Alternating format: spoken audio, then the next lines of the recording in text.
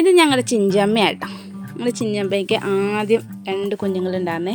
അതിനകത്തുണ്ടായിരുന്നു ബ്ലാക്കും ജിഞ്ചറും. അതിന് ഞങ്ങൾക്ക് തന്നിട്ട് ഇവള് പോയായിരുന്നു. അത് കഴിഞ്ഞ് ഒരു ദിവസം രാവിലെ തന്നെ വെളുപ്പിന് വന്ന് വിളി തുടങ്ങി. വാതിലയിൽ വന്നിരുന്ന് വിളി തുടങ്ങിയപ്പോൾ ഞങ്ങൾ വന്ന് വാതിൽ തുറന്നപ്പോൾ 2 കുഞ്ഞുങ്ങൾ കിടന്ന് കളിക്കണായിട്ടേ കാണുന്നത്. അവൾ 2 കുഞ്ഞുങ്ങളെയും കൊണ്ട് പിന്നെയും വന്ന് ഞങ്ങളുടെ അവിടെ കൊടുന്നിട്ടിട്ട് അവൾ പോകാനുള്ള തയ്യാറെടുപ്പാണ്.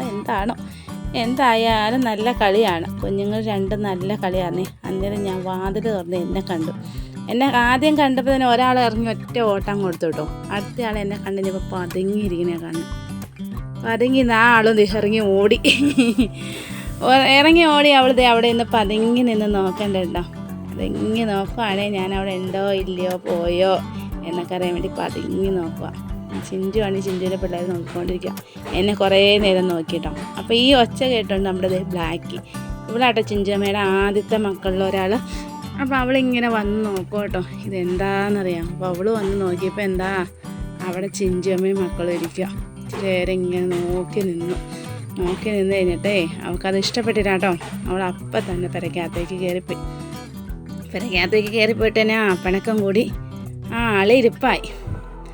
എന്നിട്ട് ഭയങ്കര പിണക്കത്തിലായിരുന്നു കേട്ടോ. പിന്നെ ആരെന്ത് കൊടുത്താലും കഴിക്കില്ല. പപ്പടാടയ്ക്ക് ഭയങ്കര ഇഷ്ടമുള്ള ആളാണ്.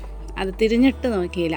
പിന്നെ വാപ്പിയും മിച്ചും ഒക്കെ തലോടിയൊക്കെ ആയപ്പോൾ പിണക്കൊക്കെ മാറി. ആ പപ്പടാടയും തിന്നതേ പെട്ടിപ്പുറത്ത് കയറി കിടന്നു. അവക്കടെ പെട്ടിപ്പുറം കേട്ടോ അത് തന്നെ. പിന്നെ ചിഞ്ചമ്മയ്ക്കും മക്കൾക്കും ഭക്ഷണം കൊടുത്തു. എന്തായാലും വന്നതല്ലേ എന്നാൽ ഇരിക്കട്ടെ.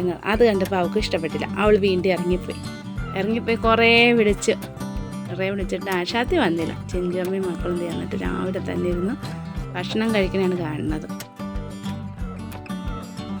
അങ്ങനെ പിന്നെ അവൾ പെരക്കകത്ത് കയറലായി. എല്ലാവരോടും പിണക്കം കൂടി ഇരിക്കണേ കാണുന്നത്. അവർക്ക് എന്ത് കൊടുത്താലും ഇഷ്ടപ്പെടില്ല. വേഗം പിണക്കം കൂടി ഇരിക്കും.